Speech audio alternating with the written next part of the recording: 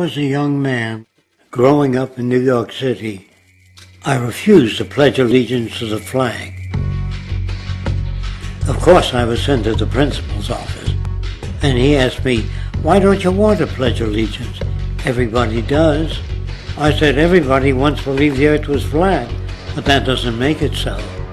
I explained that America owed everything it has to other cultures and other nations, and that I would rather pledge allegiance to the earth and everyone on it. Needless to say, it wasn't long before I left school entirely, and I set up a lab in my bedroom.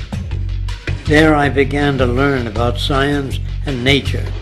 I realized then that the universe is governed by laws, and that the human being, along with society itself, was not exempt from these laws. Then came the crash of 1929, which began what we now call the Great Depression.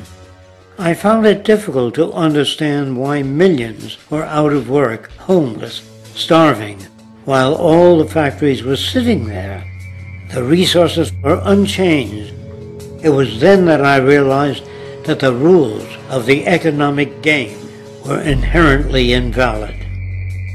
Shortly after came World War II, where various nations took turns systematically destroying each other. I later calculated that all the destruction and wasted resources spent on that war could have easily provided for every human need on the planet. Since that time, I have watched humanity set the stage for its own extinction.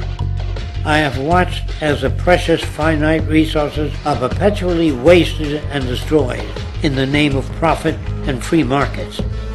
I have watched the social values of society be reduced into a base artificiality of materialism and mindless consumption.